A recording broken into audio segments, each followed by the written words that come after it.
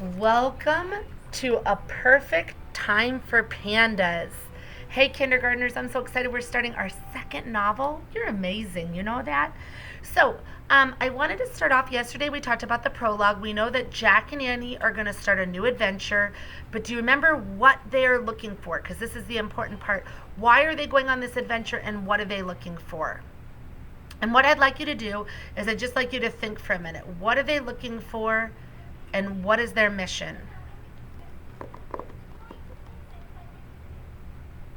Do you remember in the prologue I talked about they were on a mission because Teddy and Kathleen maybe turned somebody's penguin into stone and they needed some ingredients in order to turn the penguin back? They're going to get their fourth item this book. And so this is going to be hopefully what they need to change Penny the penguin back out of stone into a live penguin. So let's go ahead and let's get started writing. Go ahead and take out your reader response journal, open up to day 1, and please color along as I read. I love it when you guys just listen and color. Get yourself a little something to drink, a snack, pause the video if you need to, and when you're ready, start listening to the wonderful chapter 1, The Fourth Thing. Jack heard knocking on his door. Teddy and Kathleen were knocking. They were calling to him. They had to help him save Penny. Jack tried to cross his room, but his legs wouldn't move. He couldn't get to the door. The knocking grew louder. Jack! His dad called. Jack opened his eyes. Where was he? Jack, get up. School, came his dad's voice. What a dream, thought Jack. He quickly sat up in bed. He'd overslept. Jack, are you awake? Said his dad, peeking into his room. Yep, thanks, Dad, said Jack. Better hurry, said Jack's dad. He closed the door. Jack hopped out of bed. Where's Annie? He wondered. They had planned to go to the treehouse before school. Today was the day to find the fourth thing to save Penny. Jack pulled on his jeans and his t-shirt and rushed out of his room. Annie charged out of her room at the same moment. We overslept, she said. No kidding, said Jack. Hurry, we have to get to the treehouse before school starts. I know, said Annie. Annie and Jack charged down the steps. They rushed into the kitchen. Good morning, sleepyheads, said their mother. You have just enough time for breakfast. I made you egg sandwiches. Thanks, Mom, said Jack. But would you mind if we take them with us? We have to head to school early. We have a special project. You guys really seem to love school, their dad said. Yep, school's great, said Jack. Their mom wrapped up their sandwiches and put them in a paper bag. She handed the bag to Annie. You two have a good day, she said. Thanks, Mom, said Annie. Jack and Annie hurried to the front door and stepped outside into the moist spring air. We have exactly 25 minutes before we have to head to school, Jack said. No problem, said Annie. Hold on. She put their sandwiches in Jack's backpack. Okay, let's go. They raced across their yard and charged up the sidewalk. They ran across the street and headed into the Frog Creek woods. They ran between trees full of new green leaves until they came to the tallest oak. The magic treehouse was high up in the branches. Annie grabbed the rope ladder and started up. Jack followed. Inside the treehouse, they both sat on the floor, catching their breath. Whew, it's still here, gasped Annie. Dusty rays of morning light shone through the treehouse window onto 3 things they'd already found to help Teddy and Kathleen.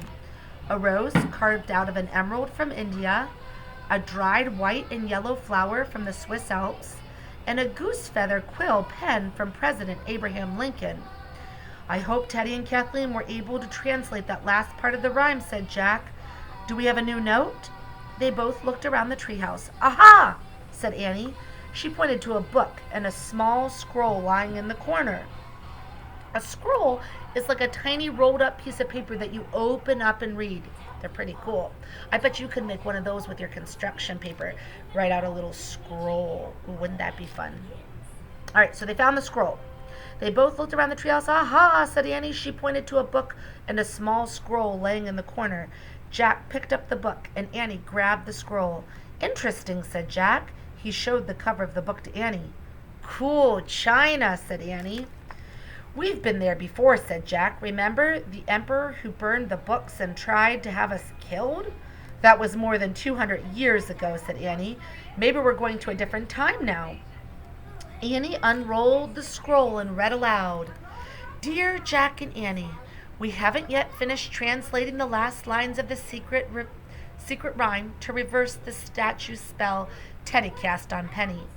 But we do know the fourth object we need. There's their book, Southwest China Travel Guide.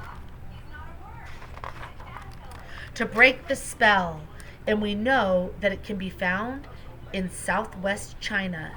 It is a healthy food, grainy and good, baked with love, tough as wood, round in shape, the color of sand, given to those who have lost their land. Once you have found the last object, please hurry to Camelot. Morgan and Merlin will return by break of day tomorrow. Teddy and Kathleen. Healthy food in China? Said Annie. That shouldn't be hard to find. But don't you think it sounds kind of weird? Said Jack. How can anyone eat something that's tough as wood? Good question, said Annie. But we'll have fun looking for it. I love the food we get with Mom and Dad at Chinatown Palace, don't you? Yeah, but, said Jack. Okay, said Annie. Now, did Teddy and Kathleen send a potion or anything else magical to help us? Jack looked around the treehouse again. There, he said. A small glass bottle glinted in a shadowy corner. Jack picked it up, and he and Annie stepped into the window to read the writing on the bottle's label. Use only once. Take one sip and grow to 5 times your size. The magic lasts for 1 hour. 5 times our size, said Jack. That would make us about as tall as a house. Talk about weird, said Annie. Yeah, but it actually sounds like fun, said Jack. More fun than when we became teeny weeny in India, asked Annie. After we saw all those cobras? Lots more, said Jack, especially if we have to get away from cobras again. He put the rhyme and the tiny bottle into his backpack and then took a deep breath. Okay, all set? Ready, said Annie. Jack pointed to the cover of the guidebook. I wish we could go there, he said. The wind started to blow. The treehouse started to spin. It spun faster and faster. Then everything was still. Absolutely still. All right. What I'd like you to do is I'd like you to finish up your illustration, and then in the bottom little box, I want you to predict what they will see in China. A prediction means a guess, so I want you to guess, where do you think they will end up in China, and what do you think they will see? All right, I can't wait to see your answers. You can take a picture and send them to me. I would love to know what you're thinking. Have a great day, and tune in tomorrow for Chapter 2, Silly Food. Maybe that's a clue. Have a good one. Bye, kindergartners.